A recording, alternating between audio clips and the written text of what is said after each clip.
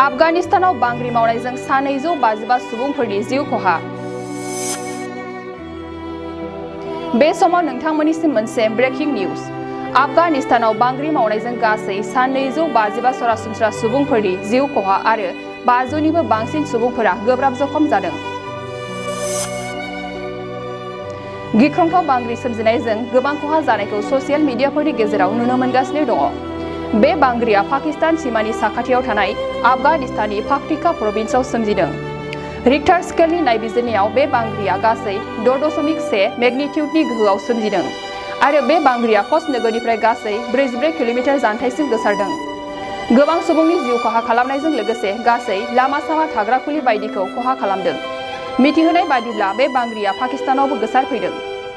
बावैसो आफगानिस्तानाव तालिबानफोरा गाग्लोबनानै हादरखौ सालायनायाव हादरनि सरासनस्रा सुबुंफोरा गोबां खस्थ' मोनखाबाय।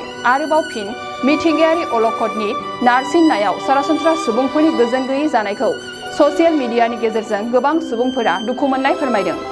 नोंथाङा सरकारि साख्रि नागिरदोंना? नोंथांनि थाखाय मोनसे गोजोनथाव खौरां। नोंथांनि थाखाय दं एडुकेट पइन्ट, जेराव नोंथाङा सोलोंथाइ लानायनि गेजेरजों सरकारि साख्रिनि गुबुन गुबुन रोखोमनि गोब्राब आनजादफोरखौ उथ्रिसारनो हागोन आरो गावनि आथिङाव गसंथानो हागोन। बे एडुकेट पइन्टआव नोंथांमोना SSC, bank PO, bank clerk, bank SO, UPSC, FSC, defence, railway, state insurance, AAO, ADO एसिस्टेन्टजों लोगोसे स्टेट लेभेल जब आरो माखासे सरकारि साख्रिनि आनजादाव गोनांथि जानाय आयदाफोराव सोलोंथाइ लानो हागोन। मख'नो गोनांदि बे सोलोंसालियाव साख्रिनिल' नङा, बेयाव एमबिए आरो सैनिक स्कुल बायदियाव एडमिशननि थाखाय एन्ट्रेन्स होनो थाखायबो सोलोंथाइ लानो हागोन। बे सोलोंसालियाव गाहाम थाखो खथानि सुबिदा दं आरो सम मथे नोंथांनि सोलोंथाइखौ बे सोलोंसालियाव होनाय जागोन।